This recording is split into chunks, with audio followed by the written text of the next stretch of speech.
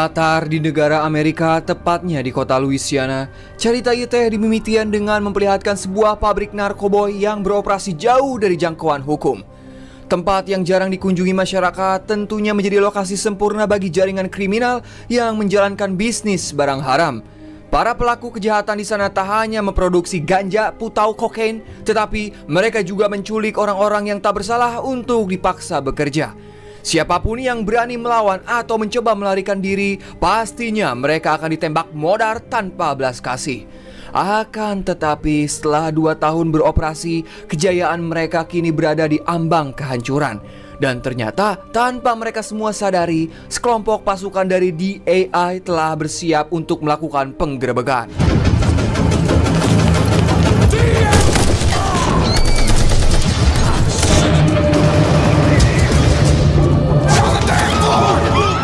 Di tengah situasi tembak-menembak, terdapat seorang pria yang tiba-tiba membuang limbah kimia ke tanah. Lantas pihak DEA dengan cepat langsung menembak pria itu sebelum cairan berbahaya terkena peluru dan meledak. Namun tak disangka-sangka, bahan kimia yang dibuang tadi malah mengalir ke danau. Pastinya akan membahayakan penghuni rawa, terutama bagi para buaya. Di mana zat beracun yang tercemar itu menyebabkan kawanan buaya berubah menjadi lebih agresif dari sebelumnya. Akibatnya banyak masyarakat harus menjadi korban, terutama para pemburu telur buaya yang tak menyadari bahaya yang sedang mengintai mereka. Singkat cerita, beberapa waktu berlalu, adegan pun beralih ke kota Texas. Kala itu terdapat seorang mahasiswi jurusan biologi yang bernama Kylie. Ini si sayangku. Setelah kematian sang kakak, Kylie sangat merasa kehilangan hingga membuatnya tidak fokus saat sang dosen tengah menjelaskan. Dan Kylie lebih memilih membalas pesan temannya daripada mendengar sang dosen berbicara. Dalam percakapan itu, sahabat Kylie yang bernama Alice berniat menemaninya ke Louisiana untuk menabur abu jenazah sang kakak. Yeah? Perhaps more eloquent rival. Singkat cerita, selesai jam pelajaran, sahabat Kylie yang bernama Alice langsung menemuinya. Dan ternyata ia tidak sendirian, di mana beliau membawa kedua temannya dengan alasan supaya perjalanan mereka lebih seru dan tidak boring. Kita perkenalkan terlebih dahulu si cowok kasep dan imut bernama Sam, dan satunya lagi bernama Malika, kedelai hitam yang kami rawat seperti anak sendiri. Lagi pula kedua teman Alice ini berasal dari keluarga kaya, sehingga biaya perjalanan mereka bisa lebih hemat. Kemudian saat berada di tengah perjalanan, Alice bercerita bahwa ia baru saja menjual mobilnya. Keputusan itu ia ambil karena Alice sudah lelah melihat ibunya terus-terusan ditagih hutang oleh pihak bank. Di tengah suasana yang sedih, Malika pun berusaha menghibur mereka. Ia mengajak semuanya untuk melupakan kesedihan dan sejenak bisa menikmati perjalanan. So what happened to your car? I was barely using it, so I sold it. Got a hold of my checkings account. Singkat cerita, malam pun poek, mereka pun beristirahat di sebuah penginapan sebelum melanjutkan perjalanan keesokan harinya. Di sini Malika mengatakan kepada Kyle, setelah kita selesai menabur abu dari kakakmu, aku berencana membawa kalian berlibur ke kota Miami. Meskipun Malika kadang bersikap sombong, Kylie dan Alice tetap menikmati kebersamaan mereka. Dan saat Malika pergi untuk mengambil minuman, tiba-tiba Alice mengungkapkan perasaannya kepada Kylie. Ia mengaku bahwa dirinya sangat mencintaimu. Ya, bisa dibilang si Alice ini merupakan seorang lesbong alias penyuka sesama momok. Dari pengakuan itu membuat Kylie merasa risih dan enggan membahasnya. Lantas ia pun lebih memilih pergi dari sana. Kemudian saat Kylie sendirian, beliau pun kembali teringat pada sosok kakaknya, pria berambut panjang yang selalu tampil keren dan senantiasa melindungi adik tercinta. How are you? Stop stalling and get your ass. I do, but hiding away, thinking. Singkat cerita, pada keesokan harinya, mereka pun kembali melanjutkan perjalanan ke Louisiana. Kemudian saat mereka berhenti sejenak di sebuah pom bensin, secara tak sengaja Kylie melihat berita di koran tentang serangan buaya yang sudah merenggut banyak orang. Namun tiba-tiba Kylie dikejutkan oleh seorang warlock warga lokal yang memperingatkan Kylie untuk lebih berhati-hati, sebab mereka sudah berada di wilayah yang berdekatan dengan rawa. Namun sebelum pria itu menjelaskan lebih lanjut, datang si Malika untuk segera melanjutkan perjalanan mereka. Dan tanpa sepengetahuan yang lain, ternyata Malika telah menyiapkan pesawat untuk membawa mereka semua ke Miami.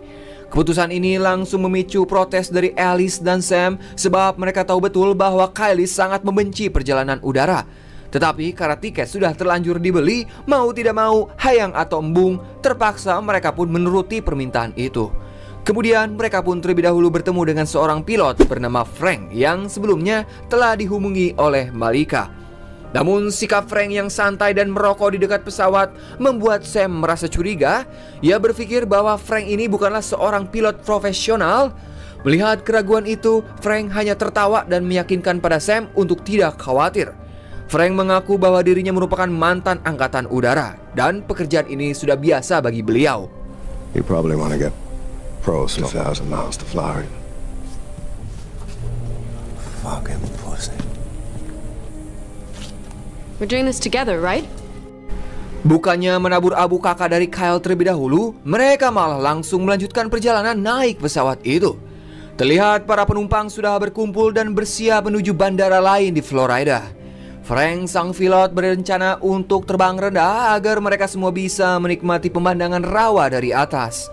Akan tetapi saat berada di dalam pesawat, suasana pun semakin memanas, di mana si penumpang yang memakai setelan jas malah anteng teleponan tanpa memperdulikan yang lain. Kylie dan Sam sempat memperingati pria itu tentang bahayanya teleponan di dalam pesawat, namun pria itu bodoh amat dan tetap melanjutkan teleponannya. Karena kesal, salah satu penumpang mulai kehilangan kesabaran. Namun saat orang itu membuka sabuk pengaman, tiba-tiba insiden kecil terjadi hanya karena kepala yang mantok. Seketika si pesawat mendadak kehilangan keseimbangan. Frank dan co-pilotnya pun langsung panik saat menyadari pesawat tua yang mereka kemudikan mulai mengalami gangguan mesin.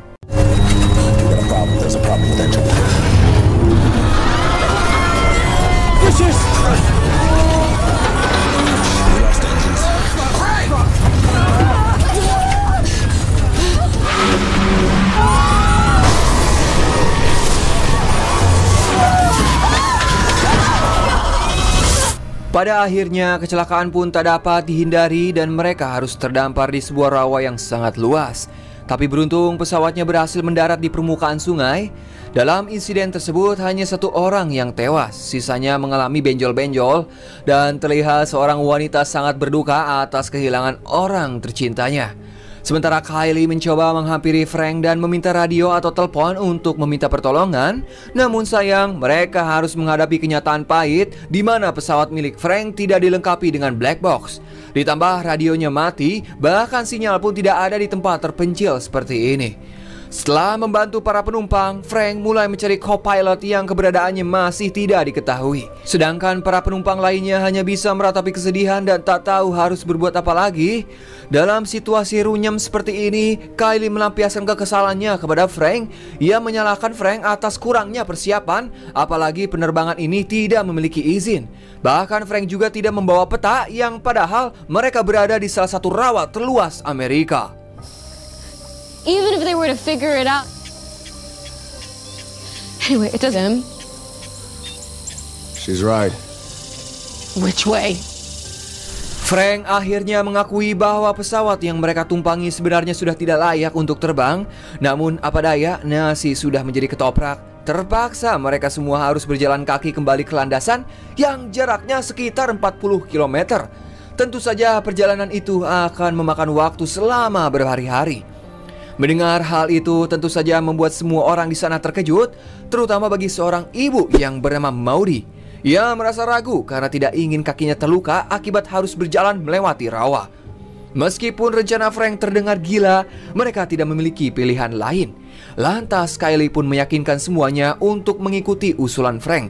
Sebelum perjalanan dimulai, mereka terlebih dahulu mengumpulkan barang-barang yang sekiranya dapat membantu selama perjalanan. Akan tetapi, pandangan Alice malah tertuju ke arah hutan. Karena penasaran, beliau pun mencoba mengeceknya. Dan saat dicek, Alice menemukan endog buaya dalam jumlah yang banyak.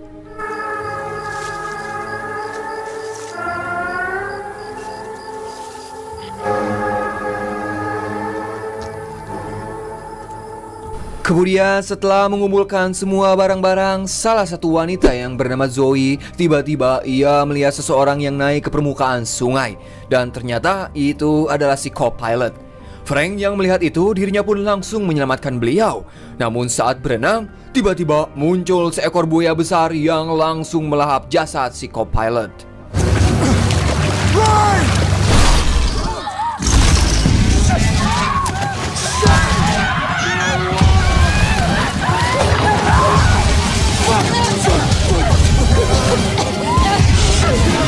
Sementara Kylie yang merupakan anak biologi, dirinya pun telah mempelajari tentang perilaku buaya. Ia menyimpulkan bahwa serangan barusan bisa terjadi karena buaya tersebut berusaha melindungi sarangnya. Menyadari bahwa situasi semakin danger, lantas mereka pun segera melanjutkan perjalanan sesuai rencana yang telah disusun oleh Frank.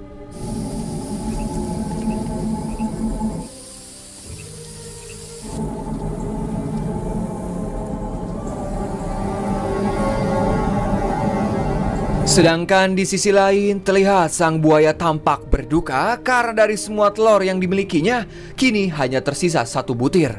Usus punya usus, ternyata yang mengambil telur itu adalah si Alice. Entah untuk dijual atau dijadikan makanan selama perjalanan ini. Singkat cerita, tak terasa hari semakin poek. Maudie yang sangat kelelahan, dirinya pun meminta kepada yang lain untuk beristirahat sebentar karena lututnya mulai nyeri. Lantas Kylie pun menyarankan mereka semua untuk segera beristirahat dan melanjutkan perjalanan keesokan harinya. Akan tetapi hal ini malah memicu kemarahan Malika. Ia merasa bahwa Kylie bertindak seolah-olah pemimpin mereka. Meski begitu, tetapi setelah mempertimbangkan keadaan, pada akhirnya mereka semua sepakat untuk beristirahat dan melanjutkan perjalanan keesokan hari. Let's make a fire. Yeah. Don't worry about that.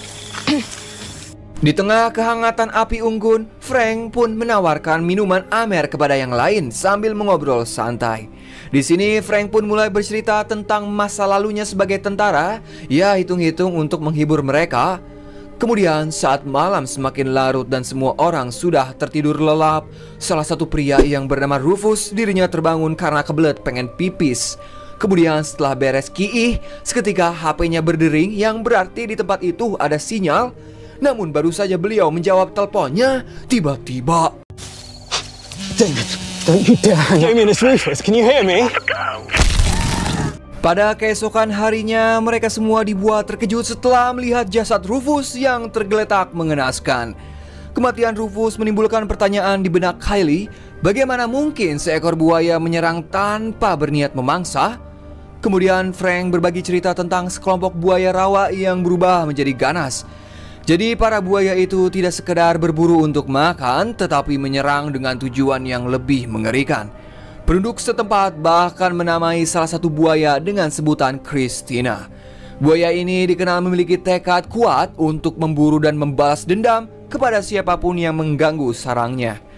Di tengah ketegangan, Alice melihat sebuah gubuk dari arah kejauhan yang mungkin saja bisa mereka pakai untuk bermalam atau meminta pertolongan. Lantas Kylie pun segera mengajak yang lain menuju tempat itu. Tetapi ketika mereka hampir sampai, tiba-tiba Kylie mendengar suara dari balik semak-semak. Ia merasa bahwa posisi kita sedang diawasi oleh kawanan buaya. Kylie juga menunjukkan di mana para buaya itu sedang bersembunyi.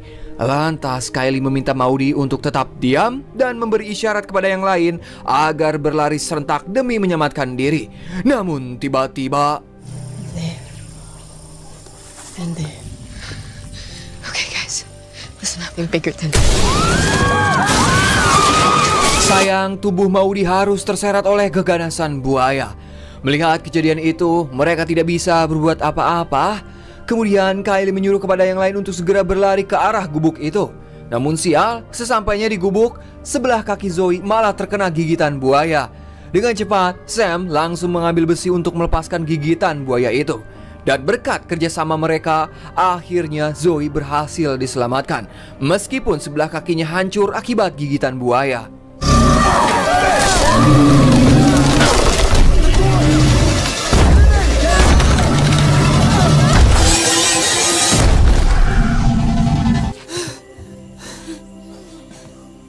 Singkat cerita, malam pun poek setelah berhasil menghentikan pendarahan di kaki Zoe. Lantas para wanita pun segera beristirahat, sementara para pria akan bergantian berjaga. Namun tanpa mereka sadari, Christina, si buaya ganas yang menganggap mereka sebagai pencuri telurnya, terus mengawasi mereka dari kejauhan hingga menunggu waktu yang tepat untuk kembali menyerang.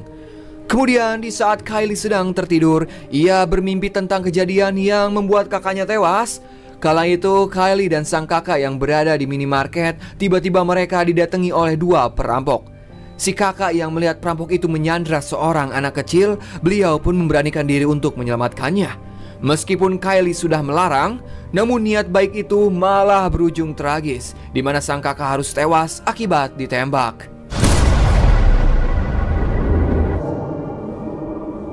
Keesokan harinya, saya menemukan sebuah peta yang tersimpan di dalam laci gubuk tersebut. Saat mengamatinya, mereka melihat ada sebuah pabrik yang terletak sekitar 5 km dari tempat mereka berada. Saya berharap jika mereka pergi ke pabrik itu, mereka bisa menemukan seseorang yang dapat memberikan bantuan. Namun begitu mendengar rencana Sam dan Kylie untuk menuju ke sana, Malika langsung menolak. Menurutnya bertahan di gubuk ini jauh lebih aman daripada harus keluar yang ujung-ujungnya malah menjadi sasaran buaya. Selain itu, Malika juga mengungkit perbuatan Kylie yang pernah membiarkan kakaknya tewas tertembak oleh perampok. Dan Malika menganggap bahwa si Kylie ini tidak layak menjadi pemimpin dalam situasi seperti itu.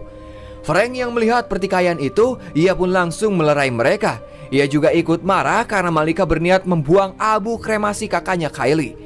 Dengan tegas, Frank mengatakan, apapun yang terjadi pada kalian di masa lalu tidak ada tempatnya di sini. Yang terpenting sekarang gimana caranya kita keluar dari sini. Ingat, kita tidak memiliki senjata di tempat ini dan kita harus tetap bersatu atau kita semua akan tewas. Kemudian Frank pun menyatakan, siapapun yang tidak mau ikut pergi ke pabrik bersama Kylie boleh tinggal di gubuk ini. Here, raise your hand. Buy these things. You can do this. Lantas Kylie pun langsung memberikan arahan kepada mereka, jika salah satu dari kita berhadapan dengan buaya itu, jangan sekali-kali mencoba bertahan. Segera berlari dan jangan menoleh ke belakang. Ingat, jangan berlari zigzag karena buaya itu bisa berlari sampai 38 km per jam. Setelah semuanya siap, pada akhirnya Malika pun mau ikut bersama mereka. Kemudian saat perjalanan itu sudah lumayan jauh, Sam mendengar suara aliran sungai yang bisa membantu mereka mencapai pabrik dengan lebih cepat. Menyadari bahwa perjalanan di darat maupun di air sama-sama beresiko, Kylie dan Frank memutuskan untuk membuat perahu rakit. Dom, kekasih Zoe, mendukung ide tersebut dan meminta mereka segera menyelesaikannya agar kita bisa bergerak lebih cepat. Saat yang lain sibuk membuat rakit, Dom terus memperhatikan kondisi Zoe yang semakin melemah. Aku berjanji kalau kita keluar dari sini, aku akan segera membawamu ke rumah sakit Kartini. Dan ketika yang lain sibuk dengan pekerjaan mereka, si Alice yang merasa ada sesuatu mencurigakan di balik semak-semak, lantas dirinya pun mencoba mencari tahu apa yang tersembunyi di situ. Guys.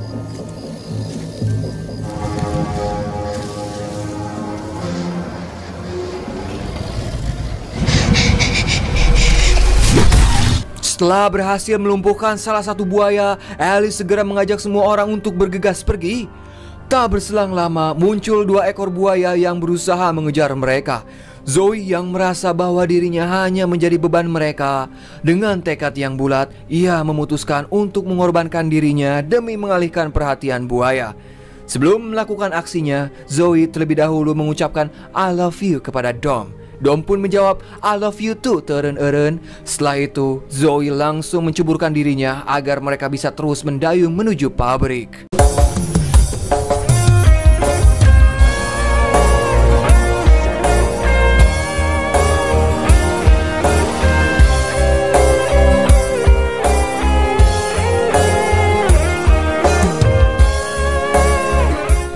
Setelah kepergian Zoe, mereka hanya bisa berdiam diri sambil meratapi kesedihan. Tapi beruntung bangunan pabrik yang mereka tuju mulai terlihat, dan ternyata tempat itu adalah pabrik narkoba yang ada di awal film. Tapi sekarang pabrik tersebut sudah terbengkalai dan tidak ada satupun orang di sana. Sesampainya di lokasi, mereka menemukan banyak sekali selongsong peluru. Kemudian setelah diamati oleh Frank, ia mengenali jenis peluru itu, di mana amunisi ini biasa digunakan oleh pasukan khusus anti narkoboy. Dari temuannya itu, Frank menyimpulkan bahwa pabrik ini dulunya merupakan produksi narkoboy yang telah diserbu dan ditutup oleh pasukan DEA. Don't make this That's like DEA armed units. shot in the fucking head. Now, whatever happened here is... Hello? Tanpa ada yang menyadari, seekor buaya besar telah menyelinap masuk ke dalam kawasan pabrik. Sementara yang lain masih sibuk memeriksa isi pabrik yang tampak menjengkam. Kemudian saat ditelusuri, mereka menemukan banyak sekali noda darah di tembok dan di lantai. Kemudian Frank menyuruh mereka untuk berpencar. Barangkali kita bisa menemukan radio yang bisa digunakan. Lantas Frank meminta Alice mencari ke arah lain, sedangkan ia akan bersama Malika. Tapi sebenarnya Frank memiliki niat lain. Dan saat mereka berdua menaiki tangga, Frank langsung meluapkan amarahnya pada Malika. Karena dari kemarin ia bertingkah seolah paling tahu segalanya. Sikap seperti itu selalu membuat Frank muak, mengingatkannya pada anggota di kesatuannya dulu. Dengan emosi yang menggebu, Frank langsung mendorong Malika dan berniat membunuhnya. Namun dari arah atas, tiba-tiba seekor buaya muncul dan langsung menyeret Frank. Shit, I'm sorry! I'm serious, please, I'm sorry! Beruntung Kylie dan yang lain tiba tepat waktu dan berhasil menyelamatkan Malika. Setelah menyesali perbuatannya, Malika pun meminta maaf kepada Kylie atas perbuatannya sebelumnya. Kemudian mereka pun kembali melanjutkan penelusuran untuk mencari radio. Namun tanpa mereka sadari, mereka malah memasuki ruangan yang menjadi sarang para buaya. Saat mau melanjutkan langkahnya, mereka melihat kawanan buaya sedang tertidur. Dan setelah dilihat sekitar, Kylie menemukan ruang kontrol tempat radio berada. Dengan penuh hati-hati, satu persatu dari mereka memberanikan diri untuk melewati buaya-buaya tersebut. Beruntung, Kylie, Dom, Malika, Alice berhasil sampai di ruang kontrol pakai R. Namun saat giliran Sam melangkah, secara tak sengaja dirinya malah najong hingga membangunkan si buaya. Dan pada akhirnya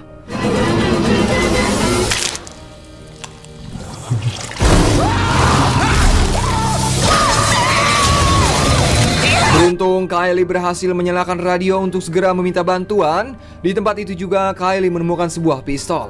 Lantas Dom segera mengajak mereka untuk melarikan diri melalui pintu belakang. Dan saat dibuka, mereka pun langsung berhadapan dengan buaya Christina yang dari kemarin terus membututi mereka. Setelah mengingat ciri-ciri disebutkan oleh Frank, Alice menyadari bahwa buaya itu adalah Christina yang telur-telurnya telah ia curi. Lantas Alice pun memberanikan diri untuk mengembalikan telur itu. Namun tiba-tiba, This is what you want, right?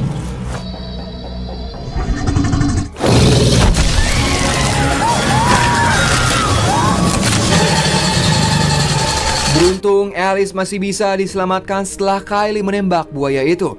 Kemudian Dom dan Malika dengan sigap membawa Alice keluar dari istana. Sedangkan Kylie sendiri terus berusaha mengalihkan perhatian. Dari pertarungan itu, akhirnya Kylie berhasil menusukkan golok tepat mengenai mata si buaya.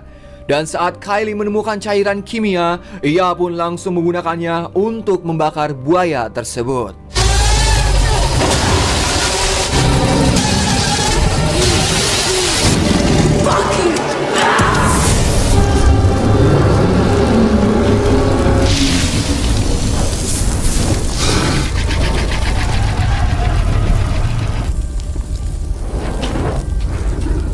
Pada akhirnya, buaya itu benar-benar modar atas perjuangan gigi dan keberanian Kylie. Kemudian mereka pun segera meninggalkan pabrik dan menuju lokasi penjemputan. Pengalaman yang dialami Kylie telah mengubahnya menjadi wanita yang tangguh dan penuh percaya diri. Hingga pada akhirnya, ia bisa menaburkan abu sang kakak yang selama ini selalu dibawa. Sementara di tengah kesunyian pedalaman rawa, terlihat Frank ternyata masih hidup. Namun harapannya tak bertahan lama karena seekor buaya sudah siap menerkamnya.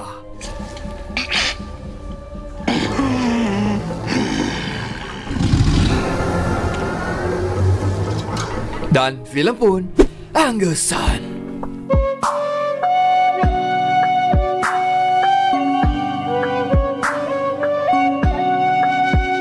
US mungkin sakit uwe info di pusat mengabarkan saya Dharma yang bertugas di Rawa Buntu mengucapkan hatur nuhun dan tak luput saya selalu mendoakan kalian semua diberi kesehatan selalu, dilancarkan rezekina, dipermudah segala urusana. Silakan Bapak Hansip closingan. Wassalamualaikum bro. Atas nama ya.